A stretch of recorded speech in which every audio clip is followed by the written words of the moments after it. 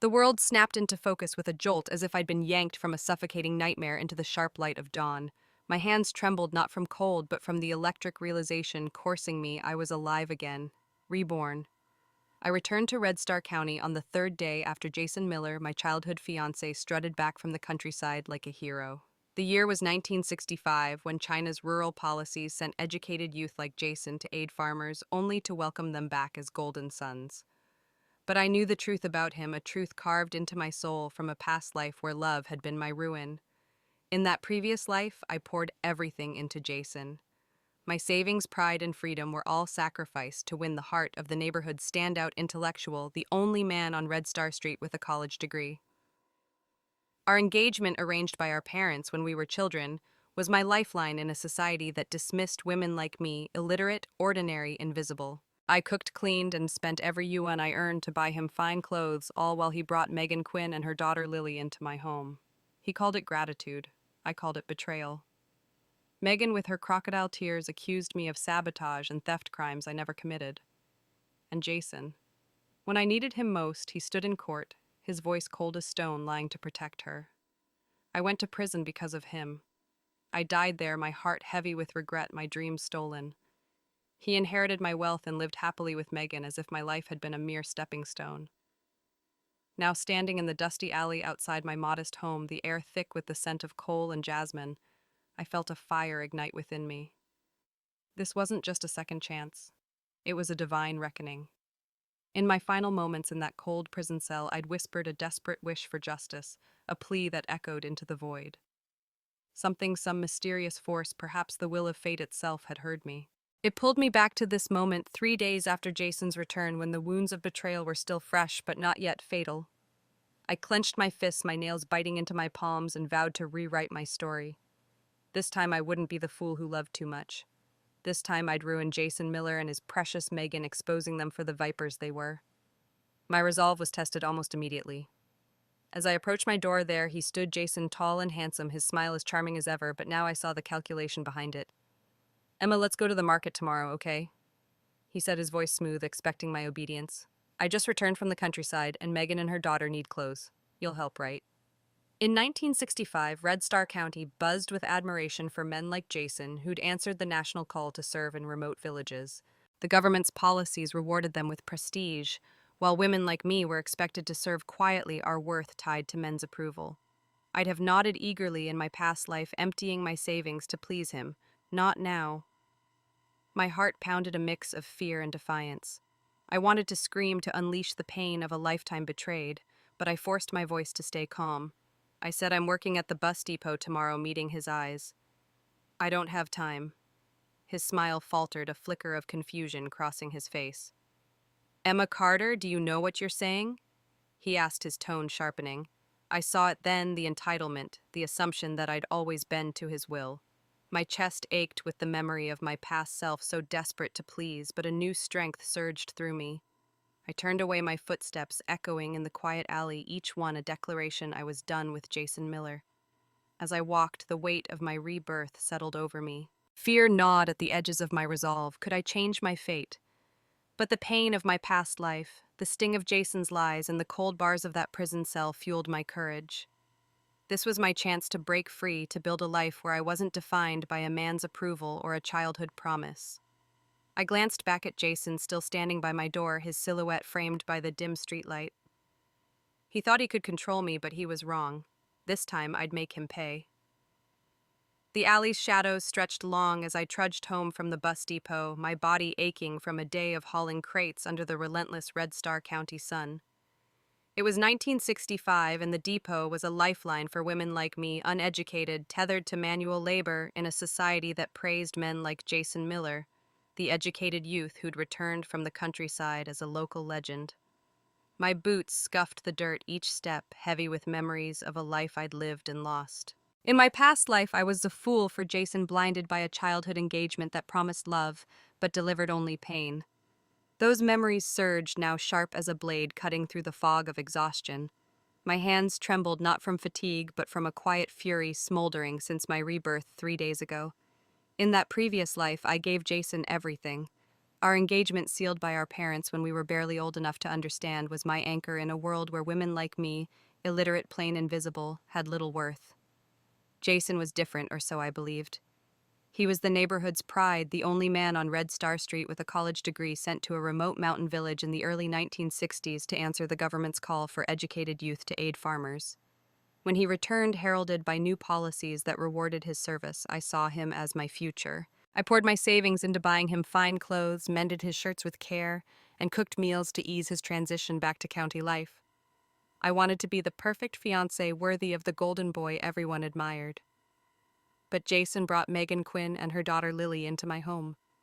He called it gratitude, claiming Megan had saved him from starvation in the countryside.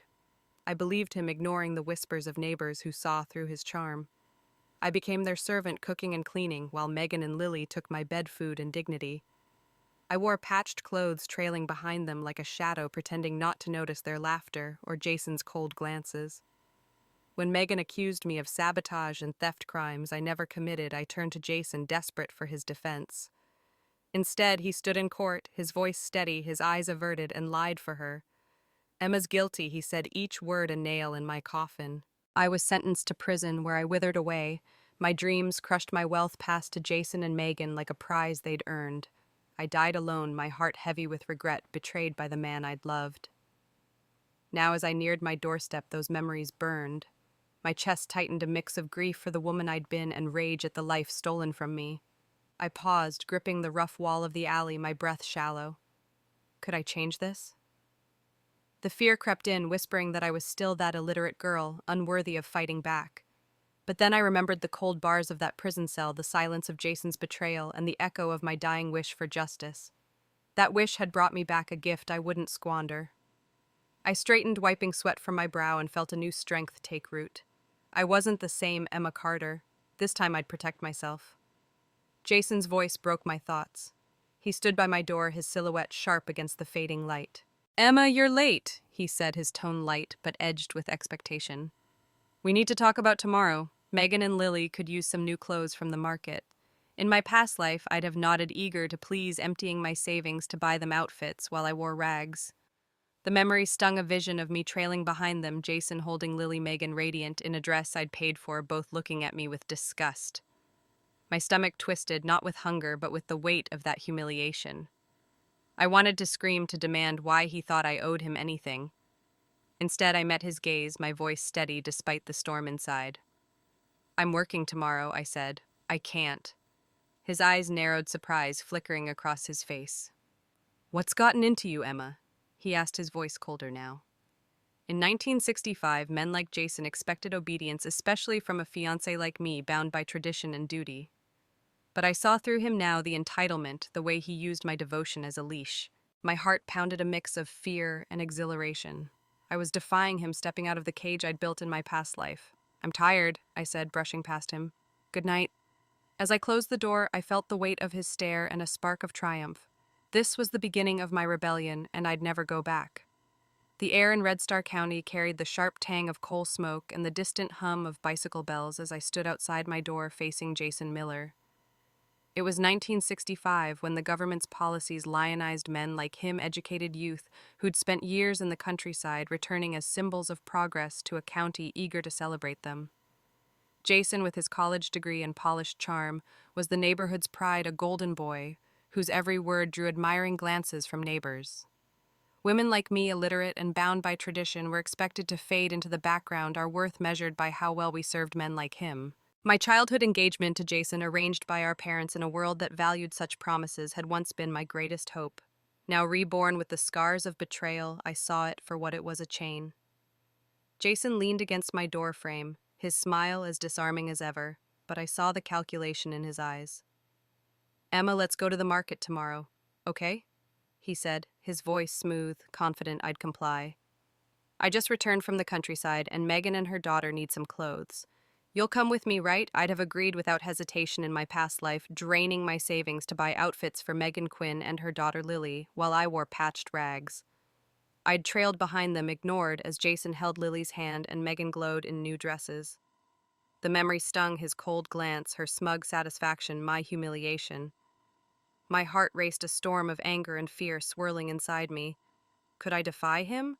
The old Emma would have crumbled, desperate to please. But the woman I was now, forged in the pain of a prison cell, wouldn't bend. I took a deep breath, the dusty air grounding me. My hands still rough from a day at the bus depot clenched at my sides. "I'm working at the depot tomorrow," I said, my voice steady despite the tremor in my chest. "I don't have time." The words felt like a blade cutting through years of obedience. Jason's smile froze, his dark eyes narrowing as if he couldn't comprehend my refusal. "Emma Carter, do you know what you're saying?" he asked, his tone sharpening, laced with the arrogance of a man used to getting his way. In 1965, a woman rejecting her fiancé's request was unthinkable, especially when that fiancé was a hero of the educated youth movement, praised for his service to the nation's rural reforms.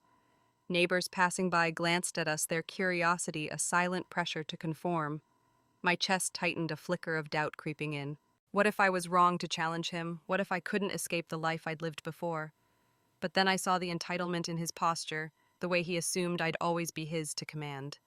The memory of his betrayal in court, his voice damning me to prison while Megan smirked, fueled my resolve.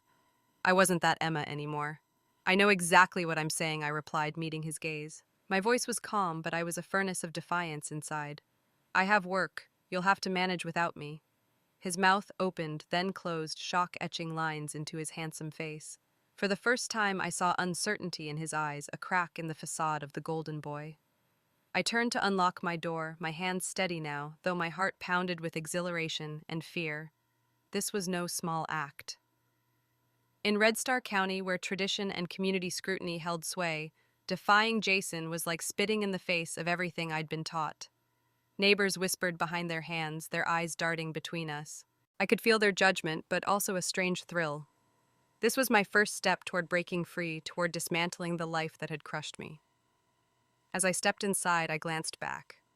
Jason stood rooted to the spot, his expression a mix of confusion and irritation. "Emma, you're not yourself," he called, his voice colder now, a warning. I closed the door without answering, the click of the lock echoing like a declaration of war. Inside, I leaned against the wall, my breath uneven. The weight of what I'd done settled over me. I'd defied Jason, the man who'd once been my everything, the man who'd destroyed me. Fear gnawed at me. Could I keep this up? But the pain of my past life, the cold indifference of his lies, pushed back against the doubt.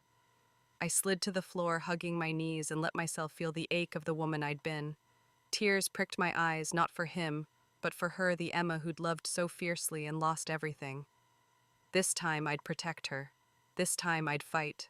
The dim glow of a street lamp cast flickering shadows across Red Star County's alley as I trudged home from the bus depot, my shoulders heavy with exhaustion. It was 1965, and the county buzzed with the rhythm of a changing China bicycles, rattling over cobblestones, vendors hawking steamed buns, and the ever-present hum of communal gossip. For women like me, uneducated and bound by the expectations of a patriarchal society, work at the depot was grueling but vital, a rare chance to earn a wage in a world that valued men like Jason Miller above all else. My hands, calloused from lifting crates, gripped the strap of my worn satchel, but my heart bore the heavier burden. The defiance I'd shown Jason earlier, refusing his demand to shop for Megan and her daughter, still thrummed in my veins, but doubt lingered, whispering that I couldn't escape my past life's mistakes. I reached for the rice jar inside my small home, hoping to cook a simple meal to ease the day's ache. My fingers brushed the cold clay and my stomach sank. The jar was empty. I'd given Jason every grain and slice of cured meat when he returned from the countryside 3 days ago, terrified he'd go hungry. In my past life, that act of generosity had been my downfall. I'd poured my savings into clothes for him, Megan and Lily, leaving myself in rags. I'd cooked and cleaned, ignoring their laughter as they played family in my home, while I trailed behind, invisible. The memory hit like a fist, Jason's cold stare as I stood in patched clothes, Megan's smug smile, Lily clinging to him like a daughter. I'd been a fool believing sacrifice would earn his love, only to be betrayed when Megan's lies sent me to prison. Standing in my empty kitchen, the weight of that foolishness crushed me. My chest tightened, grief mingling with a burning anger. How could I have been so blind? Tears pricked my eyes, not for Jason, but for the woman I'd been desperate, devoted, discarded. I pressed my hands to the counter, steadying myself. this time I wouldn't let them use me. The echo of my dying wish for justice, the mysterious force that had reborn me, pulsed in my mind. I wasn't that Emma anymore. I straightened, wiping my face, and stepped outside, driven by hunger and needing to clear my head. As I reached the alley's end, a mouth-watering aroma stopped me, cold, stir-fried meat, rich and savory. My stomach growled, but my heart froze. I saw a table laden with my food through Jason's window, the cured meat I'd given him, the fresh vegetables I'd bought. Jason sat at the head, holding Lily in his arms, while Megan bustled around, serving him with a smile. They looked like a family, radiant in the glow of a life I'd funded. Lily, her small face beaming, called him Daddy, and Megan sat beside him, her new dress catching the light. In 1965, such scenes where everyday men like Jason, celebrated for their rural service, were entitled to comfort, often at the expense of women like me. But this wasn't just tradition, it was theft. Jason caught my gaze and smirked. "Emma, don't tell me you've got nothing to eat," he said, his voice dripping with mockery. He picked up a piece of meat and fed it to Lily, who squealed, "Daddy, this tastes so good." The word daddy pierced me, not with jealousy, but with clarity. In my past life, I'd stood in this exact spot, humiliated as they ate my food and cast me aside. I'd begged to join them, only to be scorned. Now my hands clenched, nails biting into my palms. The urge to confront him surged, but I saw the trap. His smugness was a test, daring me to beg. I wouldn't. Instead, I turned away, my footsteps deliberate. "Enjoy your meal," I said, my voice cold as the night air. His smirk faltered, surprise flickering in his eyes. I walked to a roadside stall, the scent of coal fires mingling with the tang of cold noodles. I felt a shift as I ate alone under a flickering lantern. The hunger in my belly was nothing compared to the hunger for freedom.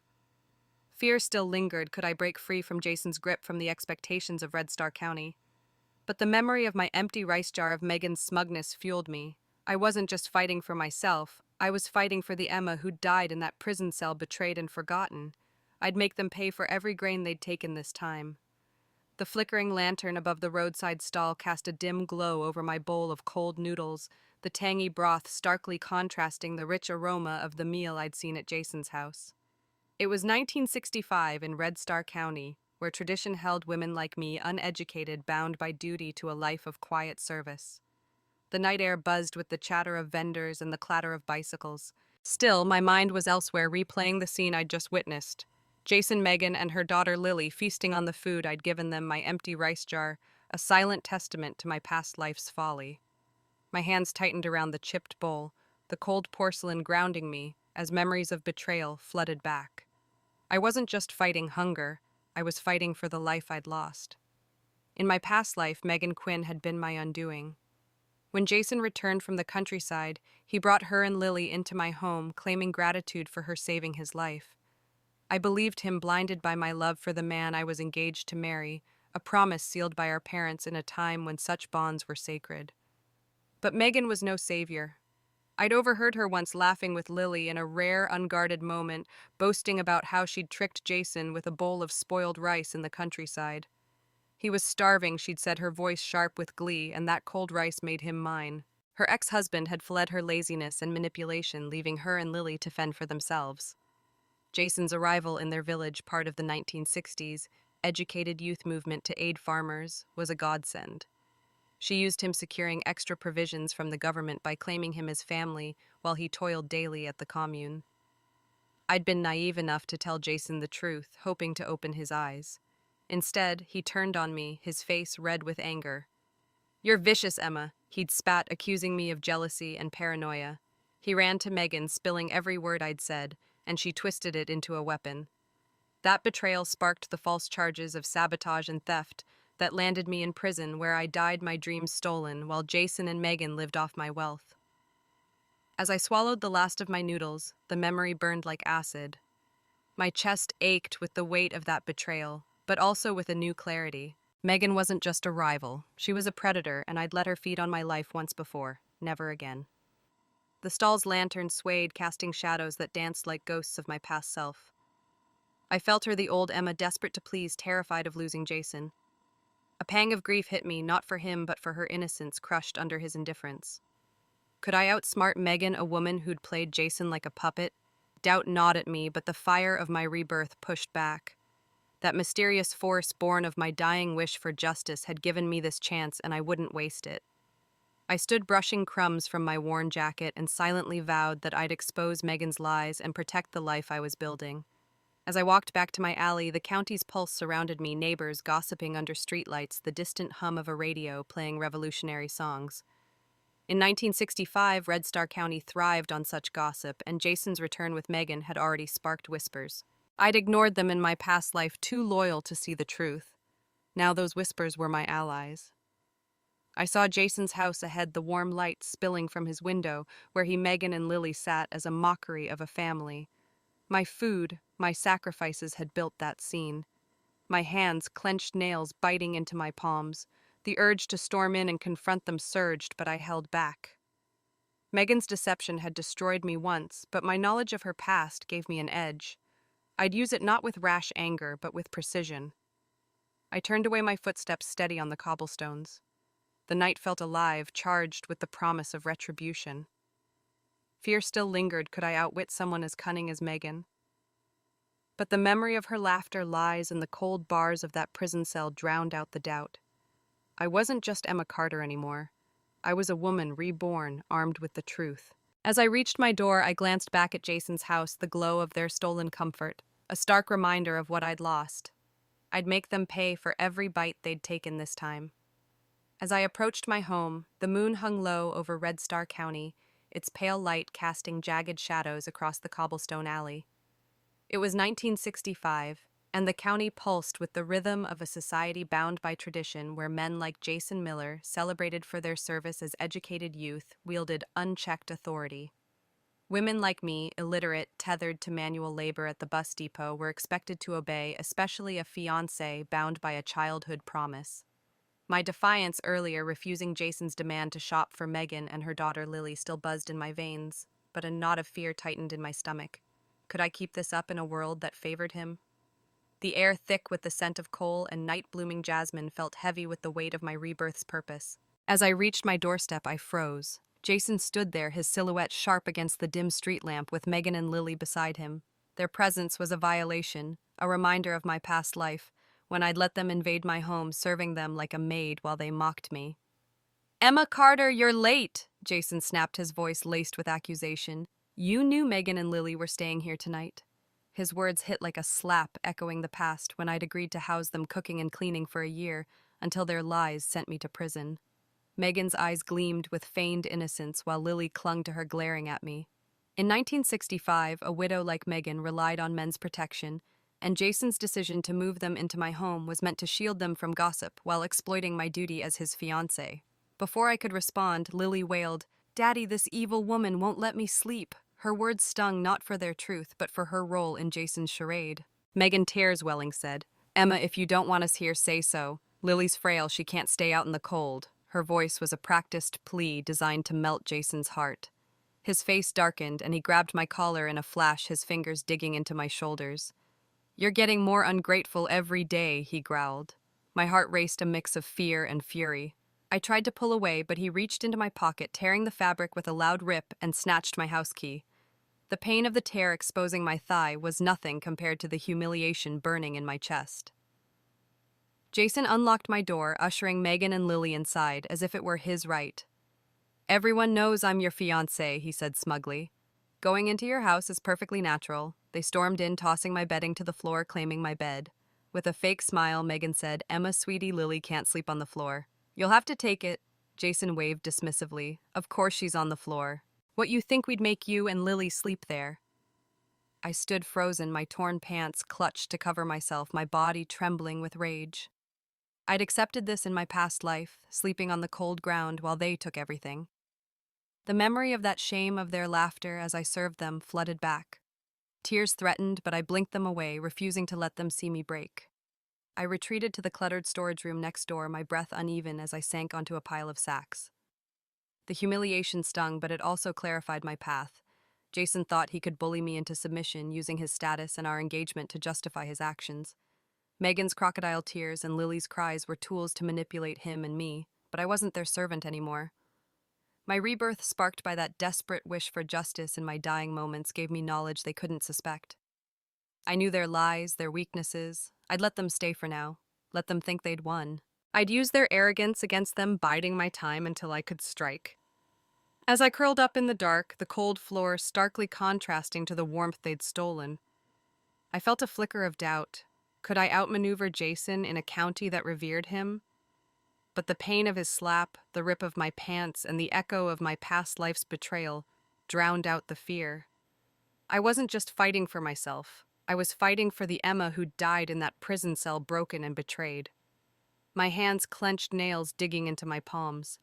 This humiliation was a spark igniting a fire I'd use to burn their world down. I closed my eyes, plotting my next move, a quiet vow forming they'd regret stepping into my home.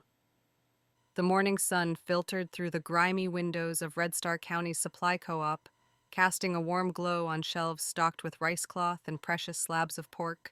It was 1965, and the co-op was the heart of the county's bustling economy, where workers like me, uneducated women scraping by in a society that revered men like Jason Miller, earned a fragile independence. Still sore from yesterday's labor at the bus depot, my hands sorted goods with practiced ease, but my mind churned with the sting of last night's humiliation.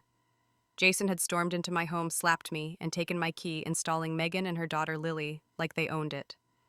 In my past life, I'd let them strip me of everything: my home, my dignity, my future. Now, reborn with the fire of a dying wish for justice, I was determined to fight back. As I handed a customer a flour sack, the co-op door swung open and Jason strode in, Megan trailing behind him. Her eyes, sharp with envy, locked onto the slab of pork I'd earned as my monthly reward, a rare treat in a county where meat was a luxury. Jason's presence sent a shiver down my spine, not from fear, but anticipation. I knew this moment from my past life. He was here to take my job. "Emma," he said, his voice smug, "Megan's taking your position at the co-op next month. You're leaving to get married and start a family." His words were a calculated blow meant to erase my livelihood and bind me to a life of servitude.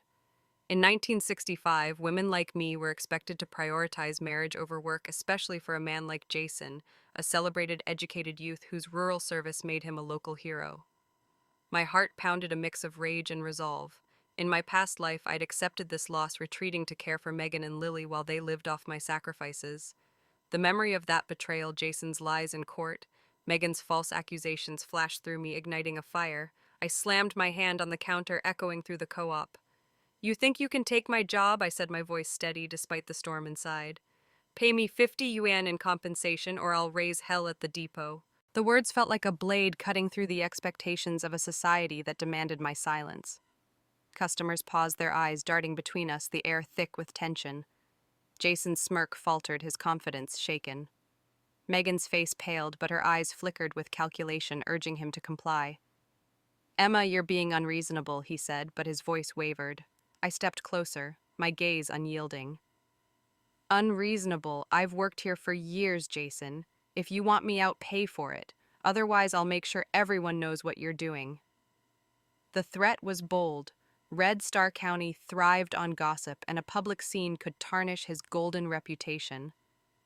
My hands trembled, not with fear, but with the thrill of defiance. Could I challenge him in a world that favored him? The doubt was there, but the memory of my empty rice jar of Megan's smugness pushed it aside. After a tense silence, Jason, pressured by Megan's pleading glance, pulled out 50 yuan and slapped it on the counter. "Take it," he growled, "but don't expect any more favors." I snatched the money, my fingers brushing the worn bills, and felt a surge of triumph. This wasn't just compensation, it was a step toward freedom. I left the co-op, my mind racing with plans. In my past life, I'd learned of a family in a nearby village who'd built a thriving business, roasting sunflower seeds, their unique flavors drawing customers from across the county. With my knowledge from that life, I'd master their craft and start anew. I boarded a rickety bus to the village, the 50 yuan tucked safely in my pocket. The journey was bumpy, the road lined with fields, still shaped by the rural reforms Jason had once served. As the bus rattled, I felt a pang of grief for the woman I'd been trusting, sacrificing, and betraying. Could I build a new life from nothing? The fear lingered, but the fire of my rebirth burned brighter. I'd learned the art of roasting seeds, blending spices to create something uniquely mine. This was my chance to reclaim what Jason and Megan had stolen. As the village came into view, I straightened, my resolve hardening. They'd taken my job, but they wouldn't take my future. The bus rattled back into Red Star County, its engine groaning as it navigated the dusty roads of 1965 China. I clutched a small notebook filled with scribbled recipes for roasting sunflower seeds, my hands still warm from the village ovens where I'd spent a week mastering the craft. The family I'd learned from had perfected a blend of spices, star anise salt, a hint of chili that made their seeds a local sensation, and I'd paid dearly with my 50 yuan to learn their secrets. In my past life, their business had thrived, drawing customers from across the county, and I knew this skill could be my ticket to independence. But as I stepped off the bus, the late afternoon sun casting long shadows across the cobblestone alley, a chill settled over me. My home, my sanctuary was waiting, but so was the reality of Jason and Megan's intrusion. I pushed open my door and my heart stopped. My home was a wreck. Cabinets gaped open, their contents spilled across the floor. My clothes, once neatly folded, lay strewn like rags. The small wooden box where I'd hidden 300 yuan, my savings for starting the sunflower seed business, was pried open empty. The air smelled of dust and betrayal, and my chest tightened with fury and despair. In 1965, Red Star County was where personal property was sacred, especially for a woman like me, scraping by on a meager wage. This wasn't just theft, it was a violation, a deliberate strike to keep me down. I sank to my knees, my fingers brushing the splintered wood of the box. The memory of my past life flooded back, Jason and Megan taking my home, my food, my life, while I withered in prison. Had I been naive to think I could escape them? Tears pricked my eyes, but I forced them back. My hands trembling with rage. This was Megan's doing, I knew it. In my past life, I'd learned her tricks, her feigned innocence, her ability to twist Jason's loyalty. She'd stolen from me before using her daughter Lily as a shield.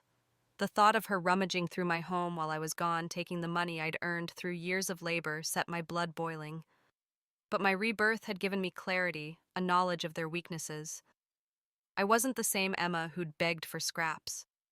I stood my resolve hardening like the steel of the county's factory furnaces. They thought they could break me, but underestimated the woman I'd become. I stormed to Jason's house, the alley buzzing with the evening chatter of neighbors. The 1965 gossip mill was relentless, and I'd use it to my advantage. Jason's door was ajar, and Megan sat with Lily inside, her face paling as I entered. Jason stood nearby, his expression shifting from surprise to unease.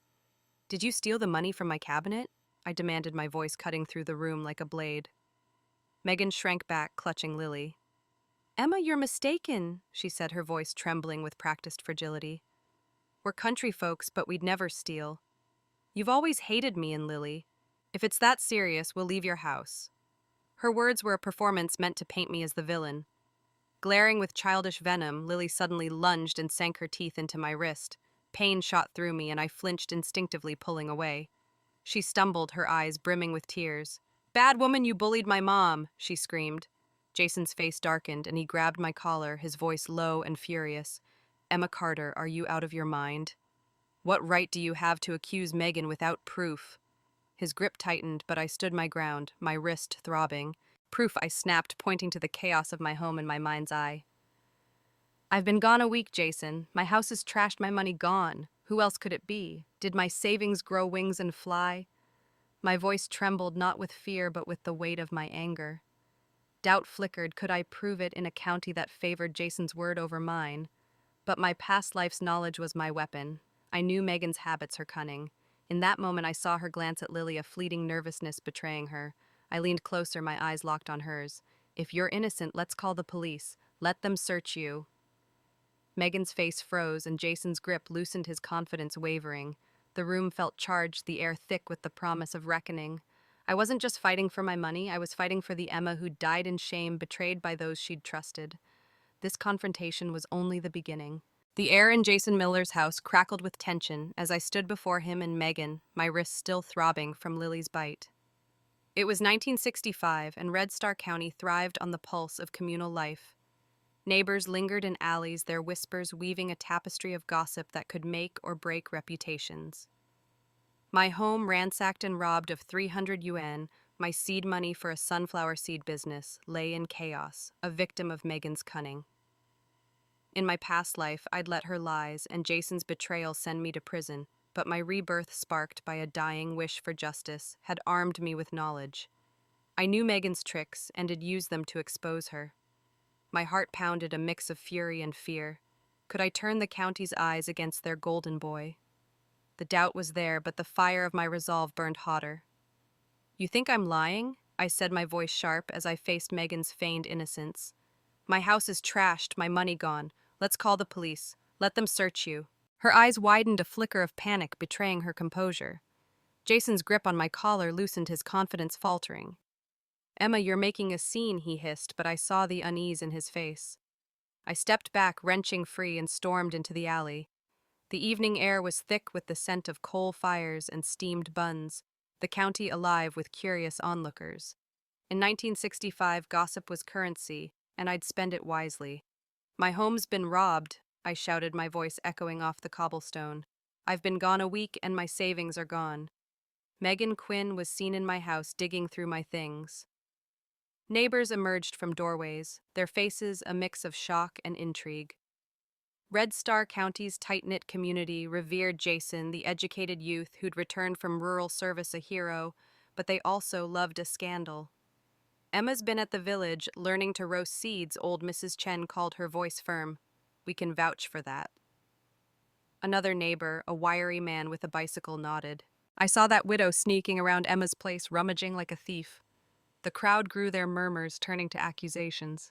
Jason brought that woman and her kid from the countryside, a woman muttered. Now he's making his fiancé care for them. Shameful. The weight of their words pressed down on Jason, his face paling as he followed me outside. Megan, clutching Lily, played her part. Emma hates me. She sobbed, tears streaming. She's always wanted me gone. I didn't steal anything. Her performance was flawless, but I knew her secret from my past life. She'd hidden stolen goods before, often in Lily's things. If you're innocent, I said, my voice steady, let the police search you. Right now. The crowd hushed, eyes darting between us. Jason's jaw tightened, his golden reputation cracking under scrutiny. Emma, enough, he said, but his voice lacked conviction. I leaned closer, my gaze locked on Megan. What are you afraid of, Megan? Let them look in Lily's shoes. Her face froze, and I saw the truth in her eyes. She was caught. I turned to the crowd, my voice rising. I've worked for years for that money, and I saved every yuan while Jason and Megan took my food and my home. Now they've taken my future. The neighbors' outrage grew, their voices a chorus of condemnation. Call the police, someone shouted. My chest ached with the weight of my past life's silence when I'd let their lies destroy me. Now I felt a surge of power. The fear of failing, of being dismissed as the illiterate girl against the county's hero, lingered, but the crowd's support drowned it out. I wasn't alone anymore. Mrs. Chen gripped my hand, her eyes fierce. You're right to fight, Emma. We see you. As a neighbor ran to fetch the police. Jason's eyes widened with panic. Emma, please don't do this, he pleaded, stepping closer. I just got back from the countryside, my future's at stake. His desperation was a mirror of my past life's pain when I'd begged him to defend me in court, only to be met with silence. Now I held the power. Your future, I said, my voice cold. What about mine? The crowd's murmurs grew louder, their judgment a tide turning against him. Megan clung to Lily, her tears unconvincing now. My heart raced, not with fear, but with exhilaration. This was the reckoning. I'd been reborn for a chance to expose their lies in the light of Red Star County's unforgiving gaze. The cobblestone alley of Red Star County buzzed with the restless energy of 1965. As neighbors crowded around Jason's doorstep, their whispers a growing storm of judgment. The evening air, thick with the scent of coal smoke and anticipation, pressed against me as I stood firm, my accusation against Megan Quinn hanging like a blade. My home had been ransacked, my 300 yuan saved for my sunflower seed business, stolen, and I'd called her out armed with knowledge from my past life. In that life, Megan's lies and Jason's betrayal had sent me to prison, but my rebirth, born of a dying wish for justice, had given me the clarity to fight back. My heart pounded, a mix of exhilaration and fear. Could I topple the county's golden boy and his cunning ally in a society that revered him? The police arrived, their uniforms stark against the twilight, and the crowd parted, eyes wide with curiosity. In 1965, Red Star County's tight-knit community highly regarded law enforcement, especially when scandals threatened the social order. I stepped forward, my voice steady despite the tremor in my hands. I'm reporting Jason Miller and Megan Quinn for trespassing and theft. They forced their way into my home and stole my savings. I held up my torn pants, the ripped pocket a testament to Jason's violence when he snatched my key. I said this happened when he took my key by force, pointing to the tear. And my house, my cabinets, my savings, it's all been turned upside down. Jason's face drained of color, his usual confidence shattered. Emma, this is a misunderstanding, he stammered, his voice low, desperate. Don't make a scene in front of everyone. His plea echoed my past life when I'd begged him to defend me in court only to be met with silence. Now the tables had turned. Megan, clutching Lily, sobbed dramatically. I didn't take anything, officer, she cried. Emma's framing me. But I knew her tricks. In my past life, she'd hidden stolen goods in Lily's belongings to evade suspicion. Search her, I said, my gaze locked on Megan. Check Lily's shoes. Her eyes widened, panic betraying her facade. The officers exchanged glances, and a neighbor, Mrs. Chen, volunteered to assist. As she held Megan, an officer gently removed Lily's shoe, revealing a wad of crumpled bills, my 300 yuan. The crowd gasped, their murmurs turning to outrage. Megan's face turned ashen, her tears drying up. That's not mine, she shrieked, but the evidence was undeniable. Jason stared at her, his voice shaking. Megan, why, he muttered, his betrayal mirroring my own from years ago. My chest ached, not with pity, but with a strange mix of triumph and grief. I'd won this battle, but the memory of my past life's pain dying alone in a prison cell lingered like a shadow. Officer, I said, my voice clear, every neighbor knows Jason and I were engaged since childhood. What kind of fiancé forces another woman into my home expecting me to serve them? The crowd nodded their support, a shield. Unless I was moved, I added my words sharp.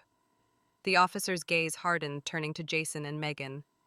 You're coming with us, he said to Megan, cuffing her wrists.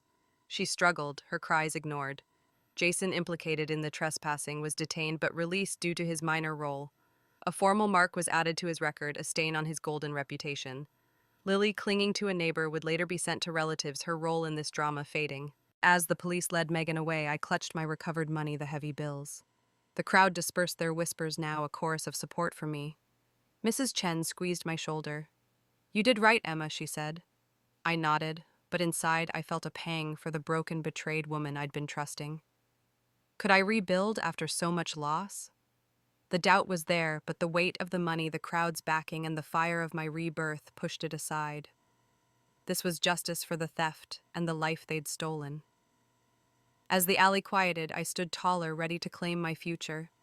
The morning light spilled over Red Star County, painting the cobblestone alley in shades of gold. It was 1965, and the county hummed with the rhythm of daily life vendors calling out bicycles, clattering, and neighbors exchanging gossip that now carried my name with respect. The police had taken Megan Quinn away for stealing my 300 yuan, and Jason Miller's golden reputation bore a tarnish that Red Star County wouldn't soon forget. I stood outside my home, the recovered money heavy in my pocket, a symbol of the justice I'd fought for. My heart, though, was a tangle of triumph and sorrow. In my past life, I'd died in prison, betrayed by those I loved. Now reborn through a desperate wish for retribution, I was free but not yet whole. Could I rebuild a life from the ashes of betrayal? Jason's parents, Mr. and Mrs. Miller, waited at my doorstep, their faces etched with worry. They'd cared for me after my parents' death, bringing me food and warmth when I was a child. Now they pleaded for their son. Emma, please drop the charges, Mrs. Miller said, her voice trembling. Jason's future is ruined. In 1965, a man's reputation was everything, especially for an educated youth like Jason, whose rural service had once promised a bright career. But his actions trespassing, enabling Megan's theft, had cost him that. I felt a pang for the Miller's kindness and a steely resolve. I'll consider it, I said, my voice firm, on one condition. End the engagement. I want an officially signed document in front of witnesses. Their eyes widened, shock mingling with resignation. A childhood engagement was a sacred bond in Red Star County, but I'd seen its chains. In my past life, it had bound me to Jason's betrayal, to Megan's lies. I added that there's no future for us after this, my voice soft but unyielding. Mr. Miller nodded, his shoulders slumping. They drafted the document, signed it before neighbors, and announced the dissolution. The weight of that promise lifted, and I felt a rush of freedom and a quiet grief for the girl who'd once dreamed of a life with Jason. She was gone, replaced by a woman forged in pain and purpose. With the engagement behind me, I turned to my future. The 300 yuan hard-won from Megan's theft was my seed for a new life. I'd learned the art of roasting sunflower seeds in a nearby village, mastering blends of star anise, salt, and chili that could rival the county's best. But starting a business in 1965 was no small feat for a woman like me, illiterate, without connections, defying a society that expected me to marry and fade. I scoured the county's busiest market, my boots pounding the dusty streets, searching for a modest shop. Each rejection from landlords stung their skeptical glances, reminding me of my past life's invisibility. Could I succeed where I'd once failed, I persisted, negotiating with a gruff shop owner who finally leased me a small stall near the market's heart. Setting up was grueling, sourcing quality seeds, hauling heavy sacks, and perfecting recipes under a single flickering bulb. My first batch, roasted to a crisp golden hue, drew curious customers. "These are better than the villages," a woman exclaimed, her coins clinking into my tin. Each sale was a victory, a step toward the independence I'd been denied. Neighbors, once silent, now raved about my unique flavors, their support a shield against doubt. Lily Megan's daughter had been sent to live with relatives. Her absence was a relief as I rebuilt. As I locked my stall at dusk, the market's bustle fading, I felt a flicker of pride. The fear of failure lingered. Could I sustain this in a county that favored men? But the memory of my ransacked home, of Jason's slap, and the fire of my rebirth pushed it aside. I wasn't just Emma Carter, but a woman carving her path. The alley stretched before me, leading to a future I'd build, not one stolen by betrayal. With each step I grew stronger, ready to face whatever came next. 2 years had passed since I stood in Red Star County's alley, my home ransacked, my heart steeled by a rebirth born of a dying wish for justice. It was 1967 now, and the county's pulse had quickened. Market stalls overflowed with goods, radios blared revolutionary tunes, and women like me, once invisible, were carving new paths in a changing China. My sunflower seed business had blossomed, with 3 shops across the county lined with bags of crisp golden seeds, flavored with star anise, chili, and honey. The journey hadn't been easy. In 1965, starting a business as an illiterate woman was a defiance of tradition, requiring late nights roasting seeds, haggling with suppliers, and winning over skeptical customers. Each sale, each smile from a satisfied buyer was a brick in the life I'd built from the ashes of betrayal. I stood in my new 3-story building, purchased with my earnings. Its top floor is a home filled with light, and its lower levels are bustling with inventory and workers. The scent of roasted seeds clung to the air, a reminder of my resilience. In my past life, I'd died in a prison cell, betrayed by Jason Miller and Megan Quinn, my dreams stolen while they lived off my wealth. Now I was a celebrated entrepreneur, invited to speak at a county event, honoring local success. As I stepped onto the stage, the crowd's applause washed over me, their faces a mix of neighbors who'd once pitied me and newcomers drawn by my reputation. My heart swelled with pride and a quiet ache for the woman I'd been trusting, broken, lost. Below in the crowd sat Jason Miller, a shadow of the golden boy he'd once been. His shoulders were hunched, his eyes downcast, and he was unrecognizable as the educated youth Red Star County had revered in 1965. His downfall had been swift. Megan, sentenced to 3 years for stealing my 300 yuan, had secured an early release for good behavior. Determined to lock Jason into her grasp, she'd gotten him drunk one night, leading to a scandal witnessed by neighbors and his parents. Left with no choice, he married her, their union a mockery of the life he'd once envisioned. Lily Megan's daughter had been sent to live with relatives, and her absence finally severed Jason's ties to his past heroics. Now he toiled in a county-run factory, his dreams reduced to manual labor, his reputation stained by a formal mark for his role in the theft. As I spoke, sharing how I'd turned pain into purpose, Jason's gaze flickered upward, then away, unable to meet mine. In my past life, his betrayal, his lies in court, his silence, as I begged for fairness, had crushed me. Now I felt no anger, only a distant pity. He'd tried to reclaim me, showing up at my shop, his hair disheveled, his voice pleading. "Emma, we could have been something," he'd said, clutching the document ending our engagement. I'd laughed cold and clear, tossing it in his face. I'd said, "Focus on your new family," Jason watching him crumble. That was the last I saw of him, his desperation a faint echo of my past pain. The crowd's cheers pulled me back, their warmth starkly contrasted to the cold prison bars of my past life. I'd faced doubt: could I, an illiterate woman, succeed in a world that favored men? But each challenge, from securing suppliers to perfecting recipes, had strengthened me. Red Star County, once a cage of tradition, now celebrated my defiance. My shops drew customers from neighboring towns. My name was synonymous with resilience. As I stepped off the stage, sunlight warmed my face, and I smiled not for revenge, but for the life I'd built. The grief for my past self lingered a quiet scar, but it was overshadowed by pride. I'd honored her, turning her pain into power. Walking through the market, I passed Jason's old alley, now just a memory. Megan, released and tethered to him, was a fading threat. Lily, with relatives, was no longer a pawn in their schemes. I was free, my future as bright as the sun overhead. Red Star County had changed, and so had I. The woman who died in that cell was avenged, her legacy in every seed I sold, every step I took. I looked forward, my heart light, ready for whatever lay ahead.